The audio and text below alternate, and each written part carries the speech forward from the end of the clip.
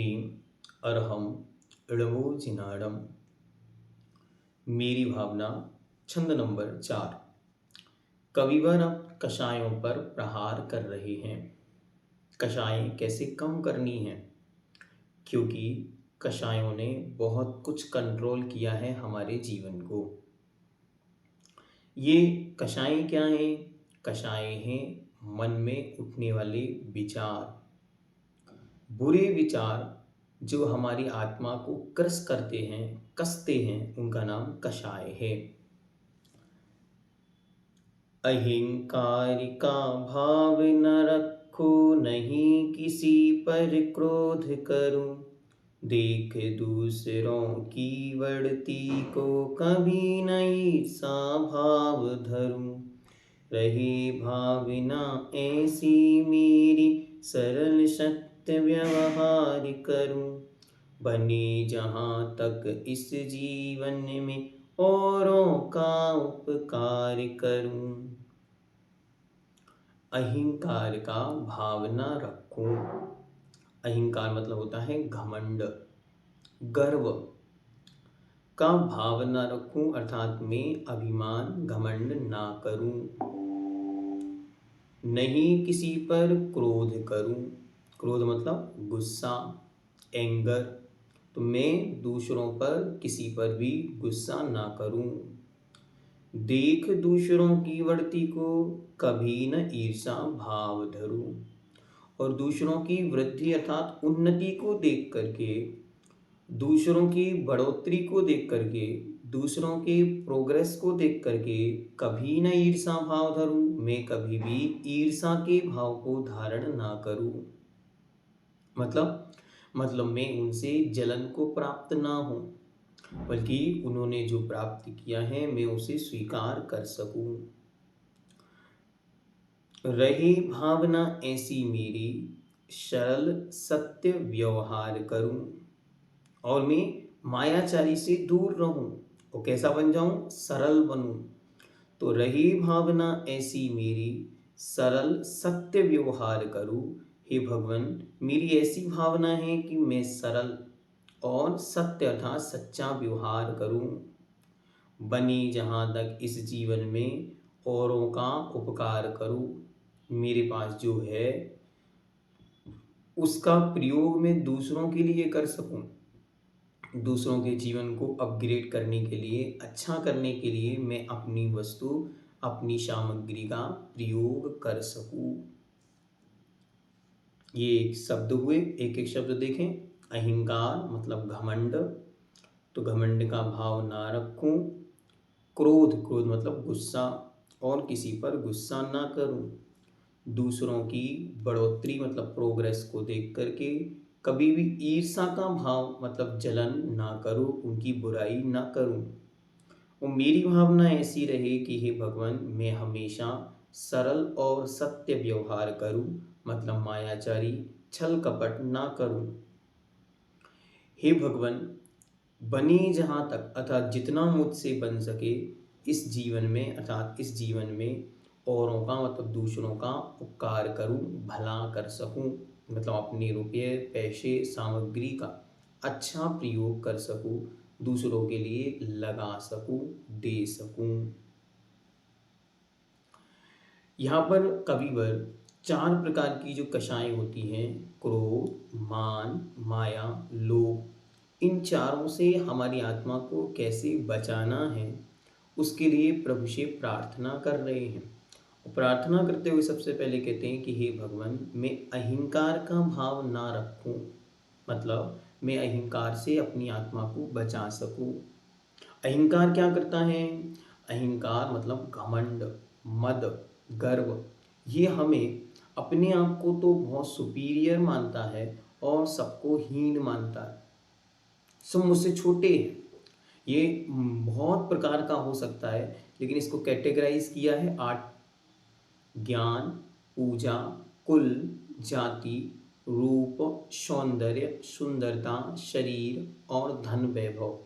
इन सब में इसको कैटेगराइज किया कि इन सब के द्वारा जीव को घमंड आता है। घमंड क्या करता है? घमंड आने से व्यक्ति हमेशा हमेशा सदमे में रहता है, अरे भैया जी, ये क्या कह रहे हैं आप? हाँ, क्या होता है? वो जीव हमेशा हमेशा ये सोचता है मैं बड़ा हूँ, बाकी सब छोटे, मैं महान हूँ, बाकी सब हीन। और जैसे ही उसे कोई अपने से बड़ा, अपने से कोई अच्छा, अपने से कोई आगे दिखता है, वो सदमे में आ जाता है, सकते में आ जाता है, परेशान हो जाता है, डिप्रेशन में आ जाता है, टेंशन में आ जाता है। इसलिए पंडित एक कविवर यहाँ पर कह रहे हैं कि नहीं, आपको हमेशा इस चीज़ को ध्यान में रखना है कि कभी भी अपने इस जीवन में अहंकार नहीं करना। क्यों नहीं करना अहंकार? क्योंकि जो वस्तु आपको प्राप्त हुई है वो क्षणिक है। कब तक रहेगी नहीं किसी को नहीं पता। किसी भी क्षण कोई भी वस्तु किसी भी रूप में छीन हो सकती है, समाप्त हो सकती है, नष्ट हो सकती है, आपसे छीनी जा सकती है। इसलिए इसलिए अहंकार के लिए यहाँ कोई व्यवस्था बचती ही नहीं।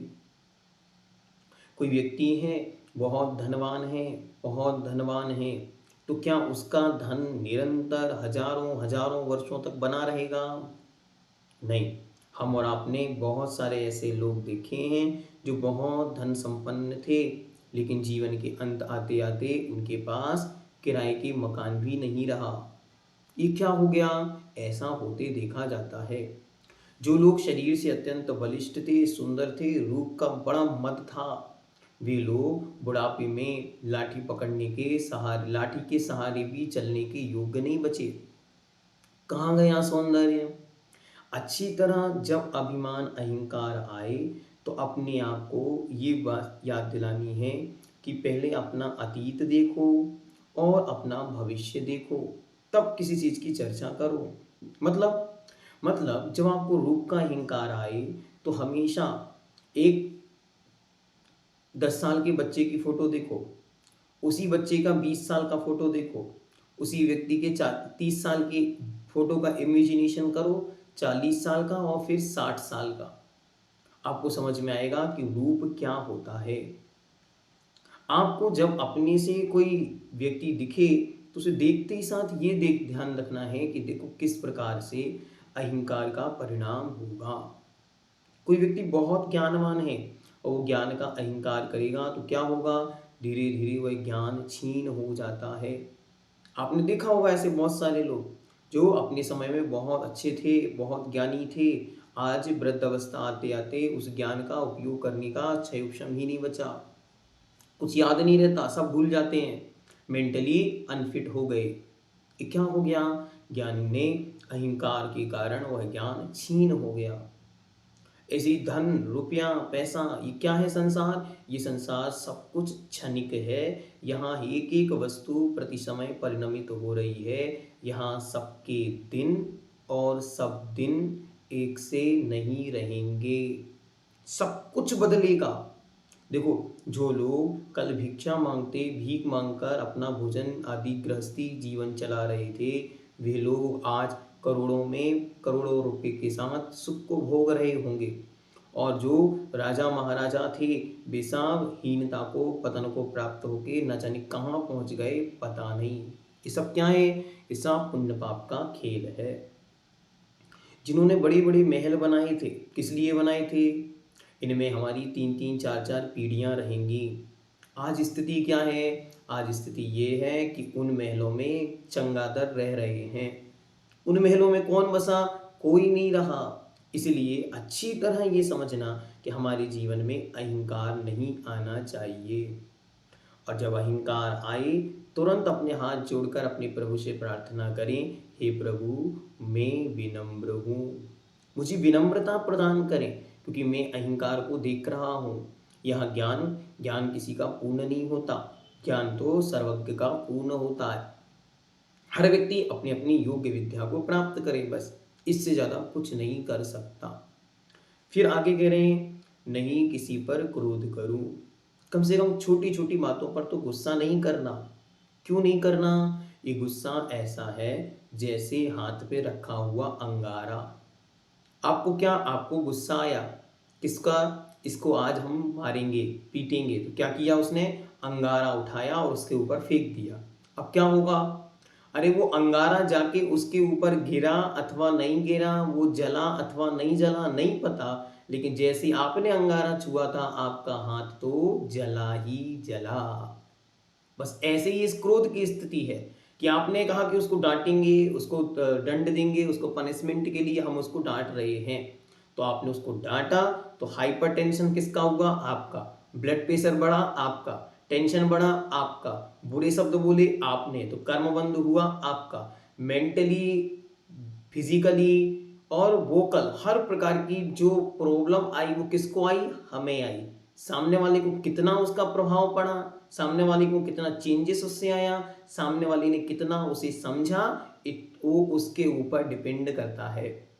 हो सकता है आपने उस पर खूब चिल्लाया, खूब चिल्लाया, खूब चिल्लाया और उसने मेंटली ये अजम्पशंस करके रखा हुआ होगा कि हमारे मम्मी तो ऐसी ही हैं, वो ऐसा ही बोलती हैं, वो कुछ भी उसके असर नहीं पड़ा। कोई नौकर है, आपने उस पर बहुत चिल्लाया, उसके दिमाग में पहले से फिट था, क्या फिट था? हमारे मालकिन तो मुंह चलाती रहती हैं, और उसने ये दिमाग में सेट करके रखा है, उसको कोई असर नहीं पड़ा। वो आनंद के साथ झूमता, नाचता, खेल रहा है, घूम रहा है अथवा अपना काम कर रहा है, और आप बड़े परेशान हैं, आपका ब्लड प्रेशर बढ़ रहा है। ये क्या है? ये क्रोध है। इसलिए क्या करना है? किसी पर क्रोध ना करो, बल्कि अपने आप को याद दिलाएं, मैं शांत हूं।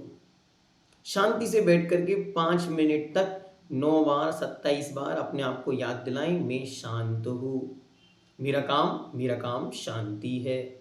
झगड़ा लड़ाई ये मेरे स्वभाव नहीं है, ये तो कभी कभी करने पड़े तो करना, लेकिन इन्हें अपना स्वभाव नहीं बनाना। मतलब छोटी छोटी सी बात पे नाराजगी, छोटी छोटी बात पर चिढ़, छोटी छोटी सी बात पे झगड़ना, छोटी छोटी सी बात पर गुस्सा करना, किसी को भी बिना मतलब में डांटना, ये हमारा स्वभाव नहीं बनना चाहिए। इसलिए क्या? अपने आप को याद दिलाएं, मैं शांत हूँ। जब गुस्सा आए तो बाहर तो गुस्सा हो, लेकिन अंदर में इंटेंशन हो, मैं शांत हूँ। बाहर में कुछ भी हो रहा हो, अंतरंग में बिगड़ना नहीं चाहिए, वरना क्या होगा? अंगारा फेंका तो है, सामने वाले को लगा, सामने वाला जला नहीं जला पता नहीं, लेकिन हमारा हाथ तो जलेगा ही जलेगा। इसलिए गुस्सा बहुत खतरनाक वस्तु है। फिर आगे कह रहे हैं, देख दूसरों की बढ़ती को कभी न ईर्षा भाव धरूं। इसको बहुत डीपली समझना है। क्यों? क्योंकि ये ईर्षा बहुत डीप रूटेड है। हाँ, ये ईर्षा एक ऐसी वस्तु है जो सारे संसार को प्रति समय परेशान कर रही है। ये ईर्ष्या क्या करती है? ये ईर्ष्या हमें तो आगे बढ़ने ही नहीं देती है, बल्कि जब कोई आगे बढ़ता है तो हम उसे सहन नहीं कर सकते। आपको, भैया जी हमको किसी से कोई ईर्ष्या नहीं होती, बहुत अच्छा, आप जैसा ये भगवान आत्मा इस संसार में और कहाँ होगा। लेकिन एक क्षण के लिए बस आप महसूस करो, कब महसूस करो? जब आपकी समाज में एक प्रोग्राम के अंदर आपके पड़ोसी को एक मेडल दिया जा रहा है, आपको कैसा लग रहा है? बस फील करना है, कुछ नहीं करना है, बोलना नहीं है कुछ, बस फील करो कि आपके जेठानी के बेटे को 1 लाख रुपए का पुरस्कार मिल रहा है। आपको कैसा फील हो रहा है? बस फील करना है। वो कंडीशंस अगर आप फील करेंगे तो उन कंडीशंस की जो फीलिंग है, बस वो फीलिंग आपको बताएगी कि नहीं नहीं हम ईर्ष्या कभी नहीं करते, हमारे अंदर बुरे भाव कभी नहीं आते। वो परिणाम जो उस समय आपके अंदर विकसित हुआ जब बाजू वाले का 1 मंजिल मकान और बना, जो फीलिंग आपके अंदर आई जब सामने वाले के यहाँ एक बड़ी, हमसे भी बड़ी गाड़ी आई, हमारे यहाँ गाड़ी नहीं, ऐसा नहीं, हमसे बड़ी गाड़ी जब उसके पास आई या हमसे महंगी गाड़ी जब उसके पास आई, तो जो फीलिंग हमारे पास आई, वो feeling to be note down. उन फीलिंग्स को आप लिखते जाओ, लिखते जाओ, लिखते जाओ, तो आपको समझ में आएगा कि हमारे अंदर तो ईर्ष्या का एक बहुत बड़ा पहाड़, बहुत बड़ा महल बन चुका है, बहुत बड़ा ढेर बन चुका है। और हम क्या कर रहे हैं? हम प्रति समय दूसरों के नए कंगन देखकर, नए गहने देखकर, नए मोबाइल देखकर, उसकी नई स्थान पर जाता हो घूमता देखकर, उसको उसके साथ घट रही नई नई अच्छी अच्छी घटनाओं को देखकर हमारा मन अपने आप ही संकुचित होता है, हीनता को प्राप्त होता है, निचले स्तर पर चला जाता है, उसके प्रति बुरी भावनाएं आने लगती हैं, इसी का नाम ईर्ष्या है। जैसे कोई 1 करोड़ की बोली ले, तो सबसे पहले मन में क्या क्लिक करता है? तुरंत अपने मन को पकड़ो, 1 सेकंड के लिए वो 1 मिनट में बोलेगा, क्या बोलेगा? 2 नंबर का पैसा होगा। इसका नाम ईर्ष्या है। तुरंत वो 1 करोड़ रुपए की बोली बोला, आपके मन में क्या आया? हाँ हाँ, हम जानते हैं, हमको पता है कौन कितने पानी में है और कौन कितना कमा रहा है। सब बेईमानी का, काला नंबर का, 2 नंबर का पैसा सफेद करने में लगे हैं ये लोग। ये क्या है? ये ईर्ष्या है। इसलिए क्या करना? अपने परिणामों को पहचान कर तुरंत जो कुछ भी सामने घटित हो रहा है उस स्थिति को समझकर अपने को पॉजिटिव वाइब्स में लाना है, अपने को पॉजिटिव फीलिंग्स पर लाना है, अपने को पॉजिटिव सेगमेंट में लाना है, अपने अंदर पॉजिटिव वाइब्स डेवलप्ड करनी है। कैसे करेंगे? देखें, कोई दान दे रहा है, तुरंत अपने मन से कहें, देखो आया कैसे भी हमको नहीं पता, लेकिन अभी दे रहा है तो लोभ कषाय का त्याग कर रहा है और दान नाम के 6 आवश्यकों में 1 आवश्यक को पूरा कर रहा है, इसलिए मैं तो इसके परिणामों की अनुमोदना करता हूं। 1 मिनट लगेगा चेंज करते।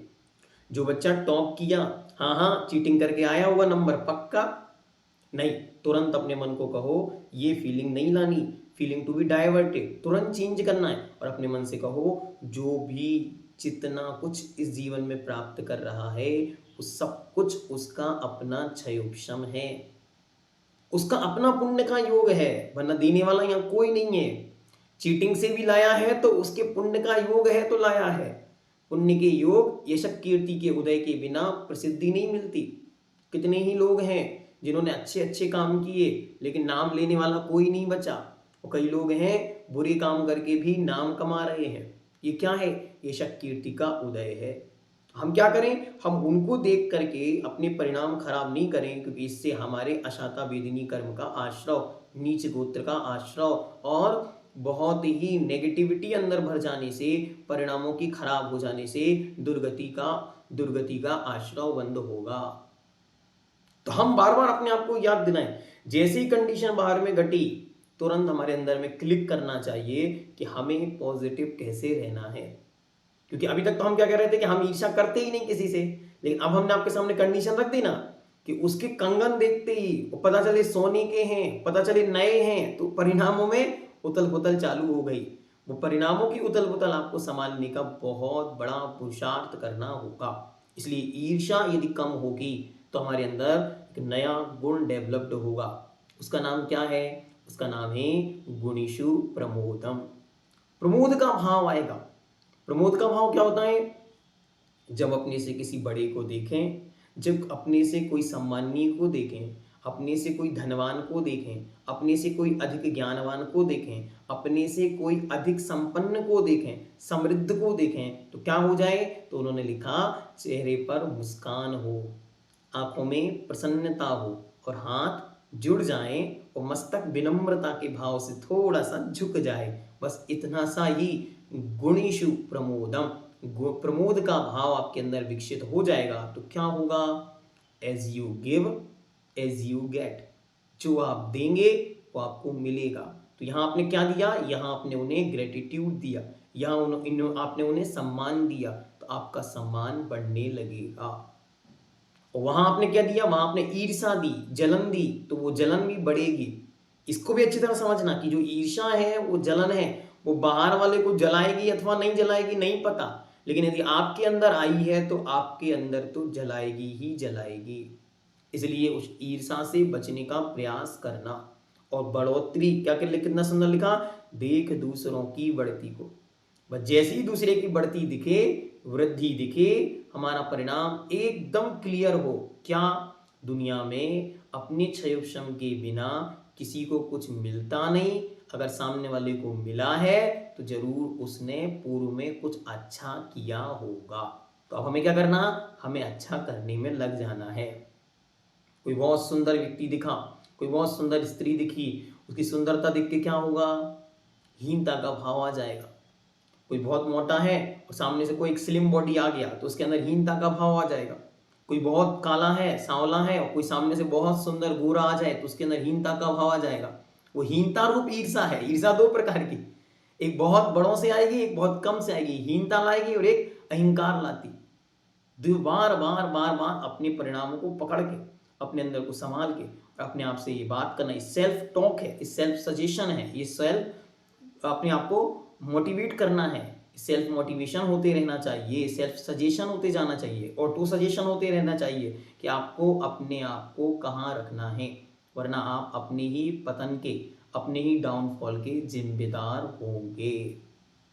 तो अपने आप को याद दिलाना है कि हमको कभी भी ईर्ष्या नहीं करनी।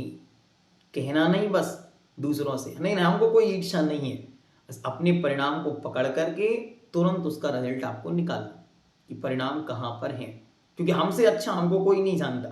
दो ही लोग हैं जो हमको सबसे अच्छे से जानते हैं, एक तो मैं और एक मेरे भगवान, बस। दूसरा यहाँ कोई नहीं जान सकता। इसलिए ना मुझे किसी से कुछ छिपाने की ज़रूरत है और ना दूसरों को कोई चीज़ एक्सप्लेन करने की ज़रूरत है, जिसको आप लोग कहते हैं ना बहुत ज़्यादा उसको समझाने की ज़रूरत है कि हाँ नहीं नहीं हम आपके बारे में कोई ईर्ष्या वचन नहीं कहे, हम आपके बारे में गलत नहीं सोचते, नहीं, आपको सोचना ही नहीं है।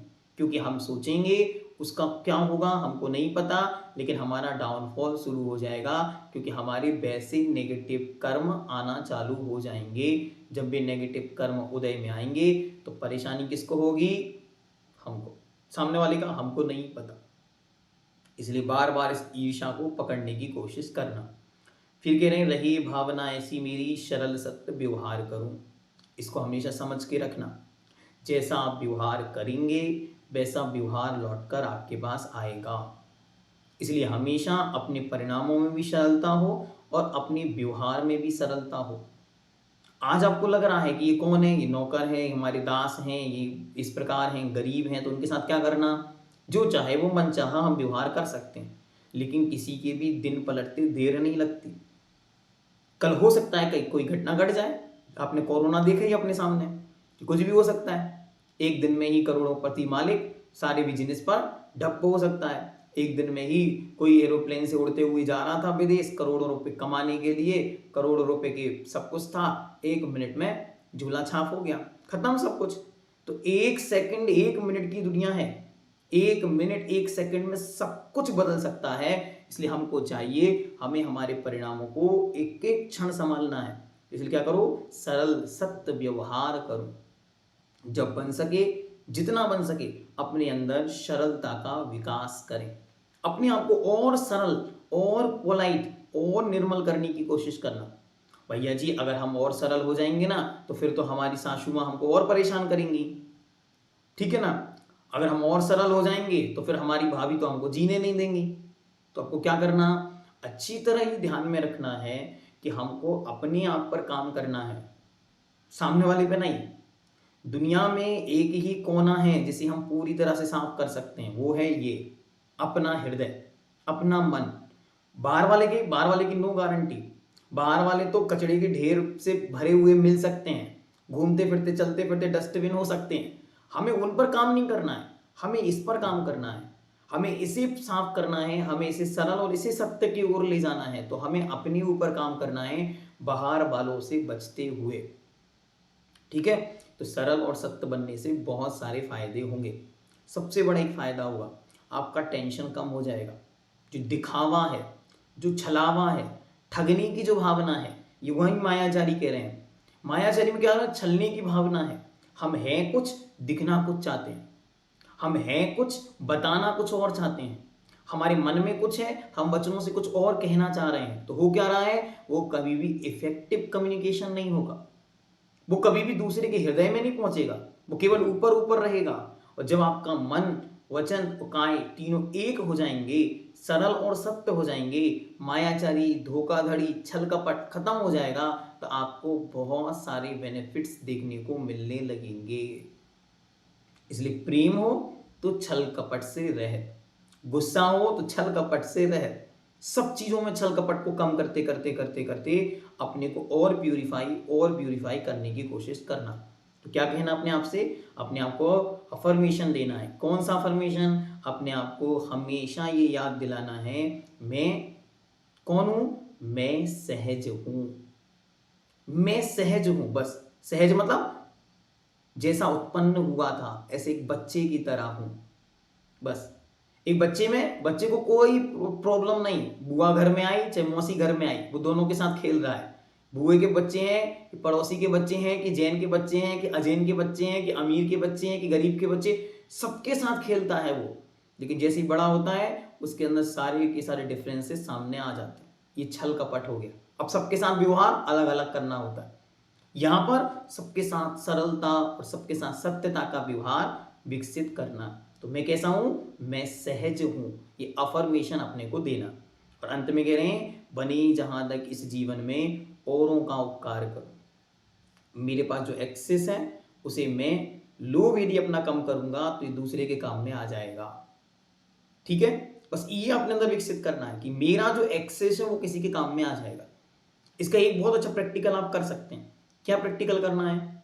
अपने घर में काम करने वालों वाले जो नौकर हैं, जो कर्मचारी हैं, जो बर्तन वाले हैं, कप रोटी वाले हैं, जो बर्तन वाले हैं, जो भोजन बनाने वाले हैं, अथवा दुकानों पर काम करने वाले अथवा ड्राइवर हैं, कभी किसी एक को पूछो, भैया आपके बच्चे कहाँ पढ़ रहे हैं? उनकी शिक्षा का सारा सामान आपको उपलब्ध है? नहीं है तो हम आपकी मदद करना चाहते हैं। वो किसी एक को पढ़ा के देखो।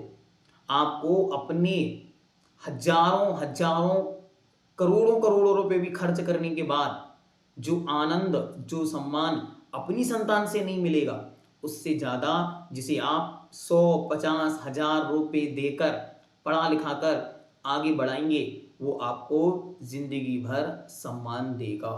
तो ये क्या है? हम लोभ कम करेंगे तो सामने वाला में अपने आप हमारे प्रति सम्मान का भाव विकसित होगा। तो हमें कोशिश करना है कि हमें औरों पर उपकार करना है। इसे एक शब्द कहते हैं कि मार, अगर किसी को आप जान से मार दोगे तो एक ही बार मार पाओगे, लेकिन अगर किसी को एहसान से मार दोगे तो जिंदगी भर के लिए वो आपका दीवाना हो जाएगा।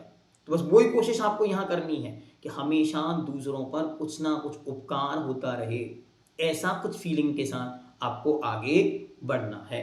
तो ये जो भावना है ये मेरी भावना है। मेरी भावना मतलब हम सबके अंतरंग की भावना, हम सबके जीवन को एक बहुत सुंदर दशा और दिशा देने वाली भावनाएं हैं। तो लास्ट में क्या कहा? हमको अपने लोभ को कम करना है। लोभ को कम करके क्या करेंगे? अपने आप को याद दिलाओ। क्या याद दिलाओ? अच्छी तरह आंखें बंद करके हाथ पे हाथ रख के शांति से बैठो और बैठकर अपने आप से कहो, मैं पवित्र आत्मा हूं। मुझ में जो लोभ है वही गंदगी है। जो दूसरों की चीजों को देख करके उसे पाने की चाहत है उसका नाम गंदगी है, वो लोभ है। और उस लोभ को धीरे धीरे हम कम करेंगे तो हम पवित्र होंगे। तो सबसे पहले याद दिलाओ, मेरा मन, मेरा वचन, मेरा काय मतलब शरीर और मेरा जीवन पवित्र है। ठीक है। अब चारों अफर्मेशन, जो चारों कषायों को दूर करके हमने सीखे वो क्या है? तो आप सब लोग अपने हाथ पे हाथ रखें, आंखों को बंद करें और अपने आप को देखने का प्रयास करें। भैया जी बिना आंखों के तो हमको हम देखेंगे कैसे? बस जो आंखें बंद करने पर जो दिख रहा है बस वही आप हैं। ठीक है। इसके लिए कल एक होमवर्क देंगे बहुत अच्छा, तो आप लोग करके भी आएंगे। आंखें बंद किया, अब जो दिख रहा है, जो फील हो रहा है, जो महसूस हो रहा है वह मैं हूं, वह आत्मा है। और उसे अब सेल्फ सजेशन देना है, ऑटो सजेस्ट करना है उसको। क्या कहना है? मैं शांत हूं, क्रोध कषाय रहितो हम। मैं क्रोध से रहित शांत हूं। मैं विनम्र आत्मा हूं। मान कषाय रहितो हम। मान कषाय से रहित मैं अहंकार से बहुत दूर विनम्र आत्मा हूं। मैं सहज आत्मा हूं। मायाचार्य रहतो हम। मैं मायाचारी से रहित, छल कपट से रहित, प्रपंच से रहित, निंदा से रहित सहज आत्मा हूं। मैं पवित्र आत्मा हूं। मेरा मन, मेरा वचन, मेरा काय, मेरा जीवन पवित्र है। मैं लोभ कषाय से रहित हूँ। और हाथ जोड़कर प्रभु से कहें, धन्यवाद, आभार जो मुझे इतना सुंदर ऑटो सजेशन देने का सौभाग्य मिला। हे प्रभु, आज के सत्र के लिए मैं आभार, धन्यवाद, कृतज्ञता ज्ञापित करता हूँ। जैनम जयतु शासनम।